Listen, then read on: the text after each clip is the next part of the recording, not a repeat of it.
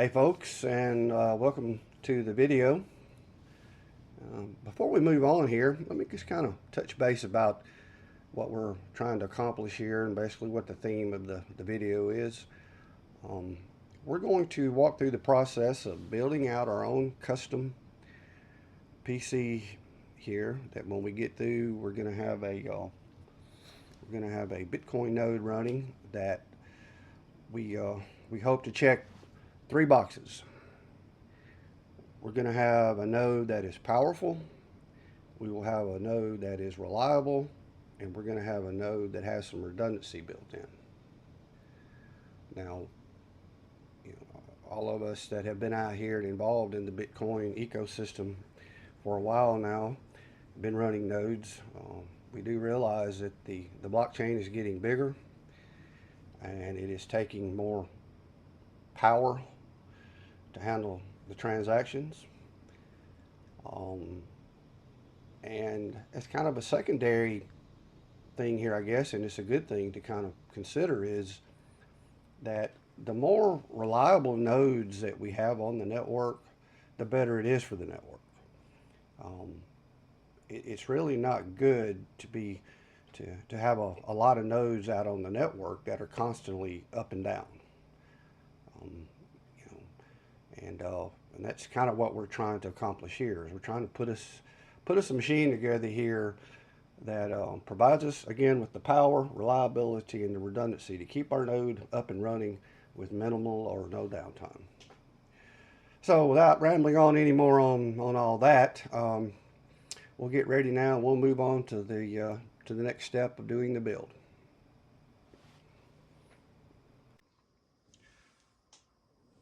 Hey, before we move on, I just thought of something here, some information I probably should share with everybody to make sure I don't cause any confusion.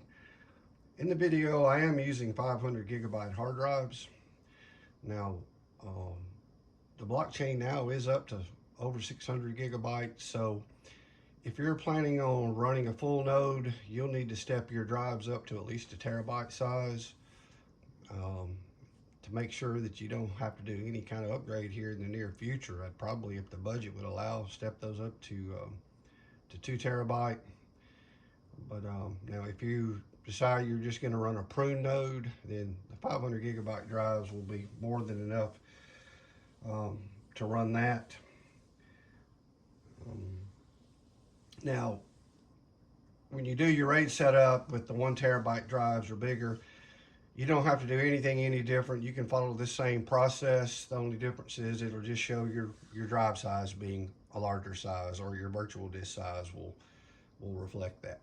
So I just wanted to make sure I shared that with everybody, that I didn't want to cause any confusion. So let's move on now.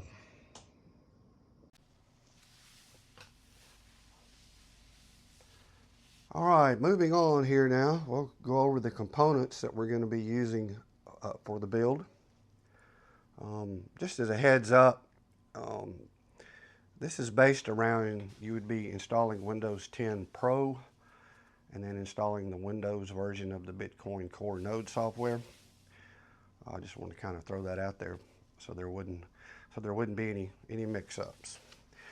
Now, the components I've chosen here are based on my hands-on experience using them. So this isn't just me kind of relying on other people's advice, or kind of, having other people, recommend what to use.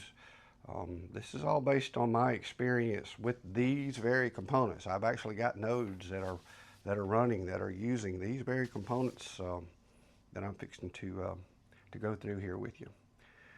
So with that being said, let's move on here. We've got a Dell Precision Tower 5810 PC. Now, you don't have to use the 5810. That's just what I'm using here in the video. Any of the Precision line from the 3600 series, I'd say up to the 7600 series, will work with the components here that we've got put together. So kind of keep that in mind when if you decide to go out and start looking for something. We've got a ICYDOCK 4-drive bay cage. We're going to be using 2 Samsung EVO 500 gigabyte SSD drives. We've got 1 Dell Perc H710 hardware RAID controller. That gives us also hot swappable capability. We've got a SATA Power extension splitter cable. And we've got 1 SAS to SATA data cable. Kind of go over a little bit too here about why I picked these particular components. I don't know if you ever had any experience running Dell Precision line of PCs, but man, those things they're just rock solid. They just do not give you any trouble. I've got clients that have run these machines for years and they just do not give you any trouble. So that's why I went with the Dell Precision. The ICYDOCK drive cage, good solid unit. I've installed bunches of these and they hold up well. The RAID controller, the Perc RAID controller, that is actually a server level RAID controller that will work in the Precision line of PCs. So that's a plus for us that we get server level RAID controller here that we can run, that gives us that power and reliability that we're looking for. And the Samsung SSD drives, of course, you know, everybody knows their reputation. Good drives, fast, reliable. So that pretty well covers it. That's all you're going to need. So now we'll just move on to the next step of getting all these components in the system, and we'll get back with you when we get done with that.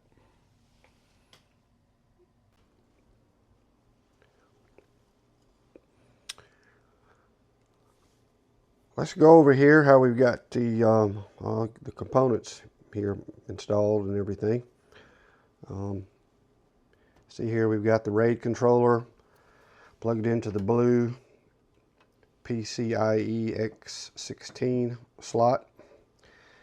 We've got our SAS end of the data cable plugged into the top port on the RAID controller. Now there's 2 ports on the back side of the RAID controller here, one up here on top and one on the bottom. Doesn't matter which one you plug into, it'll work on either one. But just in our case here, I did plug it into the top one. Now on the SATA end of your data cable here, you got 4 cables that are available to use, but since we're only using 2 drives, we're only going to use 2 of the cables. Doesn't matter, just grab 2 of them. We're going to plug one here into the SATA 1 port on the drive cage, and we're going to plug the second one into the SATA 2 port on the drive cage. And you move over here and see we've got our SATA Power extender splitter cable. Got it plugged into the SATA Power cable coming off the motherboard. We come up here and we got our SATA Power plugged into the drive cage here. Now I do want to kind of go over this with you and show you this.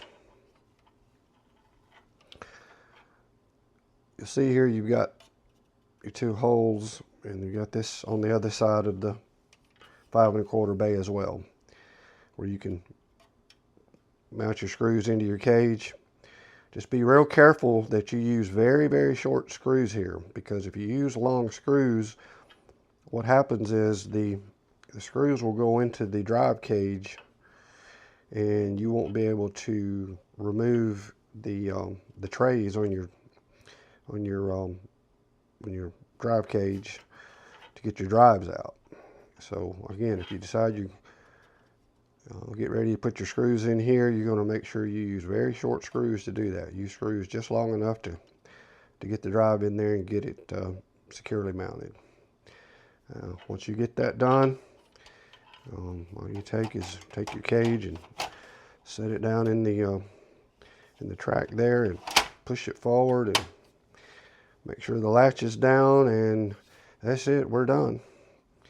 We've got our RAID controller installed, we've got our data cables hooked up, we've got SATA Power going to the drive cage. Now we're just ready to button the machine up, power on, and go in and set the RAID level up on the hard drives. So let's move on to the next step now. All right, we got the PC all buttoned up here. Got the lid on it.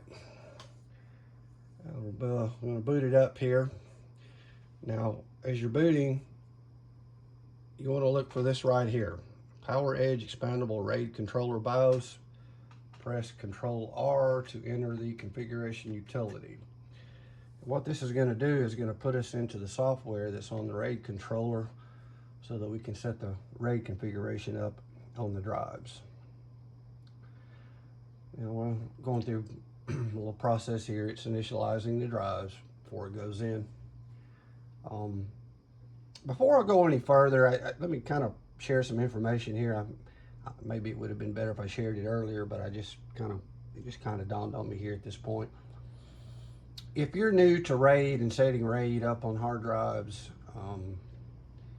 I would highly recommend that you make sure that you use new hard drives when you're doing this, because if you use hard drives that you don't know where they came from, what the previous user did with them, there could be some previous RAID configurations on the drives that you'd have all kind of screens popping up here that you would have no idea what to do with, and that would take a whole nother video for me to educate you on how to get a set of what I call dirty drives set back to a good clean state and ready to do the RAID setup.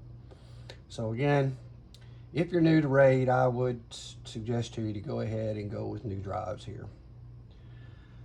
So we're in the main dashboard here. Now, right off the bat, what I like to do, especially if this is a RAID controller that I've just purchased from somewhere, it could be a refurbished one, I like to go in and set it back to its factory defaults. And so, you see here it says Control N to go to the next page, and we got all these tabs here that we can go to. We're going to move over to the Control Management tab. So we do Control N, and we're going to come down here to Factory Default. It's highlighted in blue, and we're going to hit Enter. It's going to say, are you sure you want to do this? We highlight OK, and we hit Enter. Again, all we did there was we just set the RAID controller back to its factory defaults. That clears out any previous settings that could have possibly been set on the card that could give you trouble as you're going through this process of getting your RAID set up here. So to get back to the virtual disk management dashboard here, we're going to do a Control N and a Control N. Now you see we're back into the dashboard here. As I move around in the software here, I'm moving around using the up and down arrow key and the left and right arrow key on the keyboard. Found that that's the best, easiest way to maneuver around. So you see that it does see our two drives here. Now we're ready to go in and do our configuration. So we're going to move up to No Configuration Present. And we're going to hit F2. See, we're highlighted on Create New Virtual Disk. We're going to hit Enter.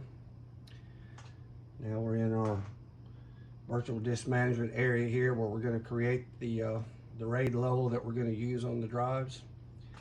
So you see here at the top left, this is RAID level, and we are on RAID 0 right now. But on our setup here, we're going to use RAID 1.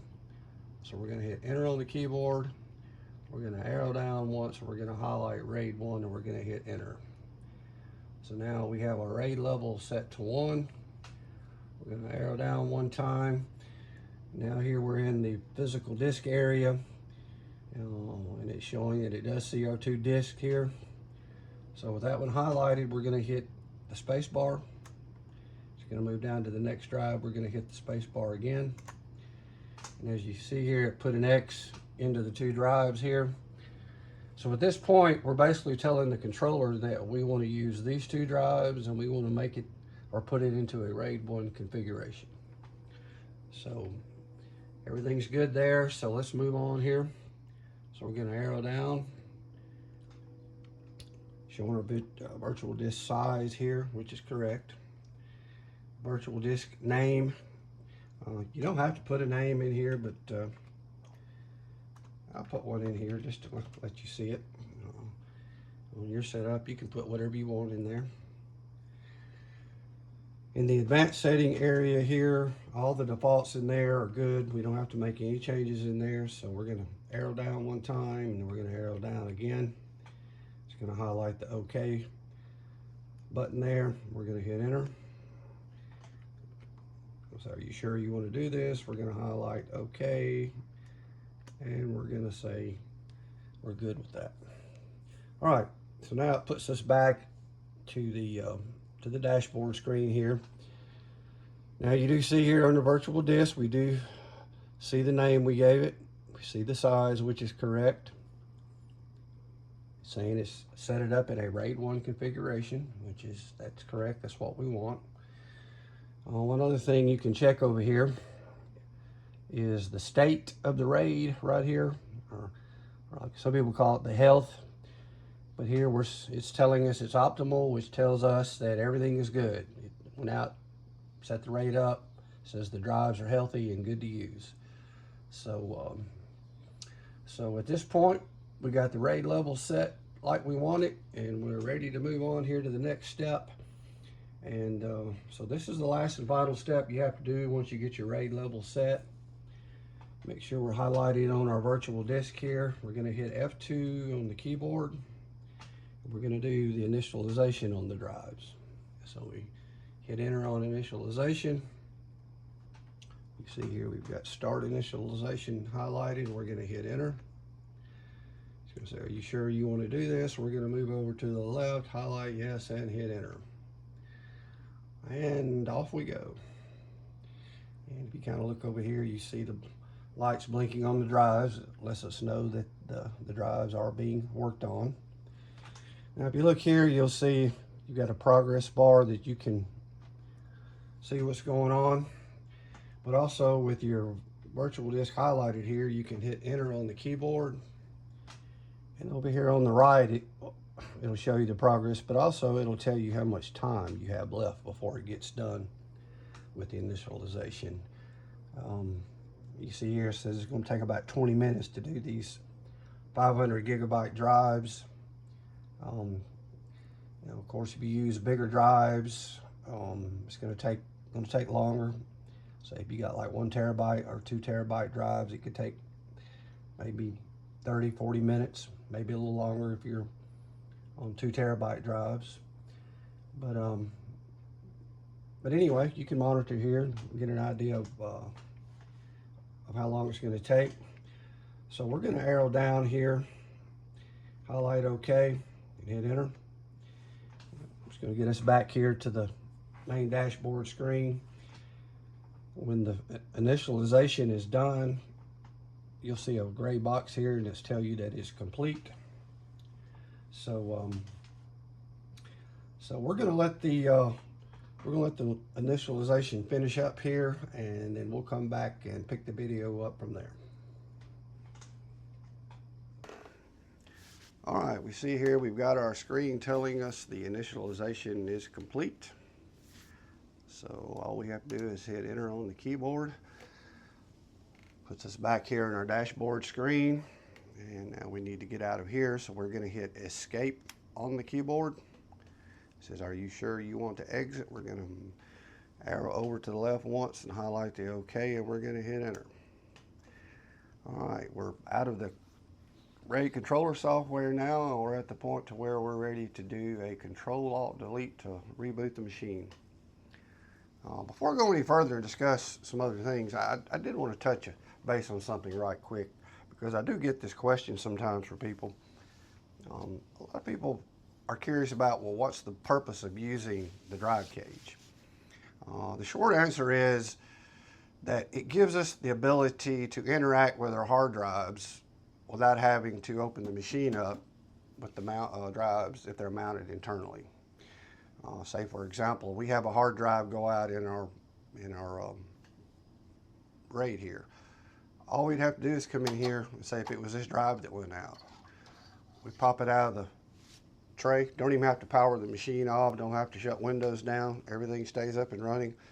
We would take the bad drive out, put a new drive in, slide it back into the unit.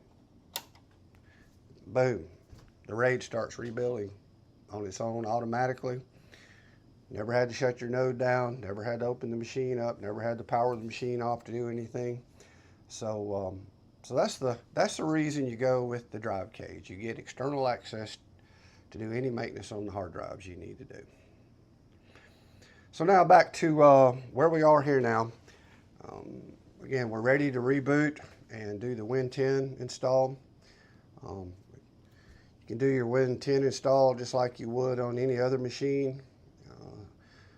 Some people who aren't familiar with working with the RAID drives, with the component that we're using here, that Perc RAID controller, the Win10 installation files has the drivers built in for that controller. Because of that, it sees the controller, which in turn it will see our drives. So you can do the Win10 install just like you do on any other machine. So I guess that kind of covers it all for us there. I hope you got something out of the video. If you have any questions or any comments, leave them in the comment section down below, and I'll monitor and see. Do my best to try to get back with people that might have any questions.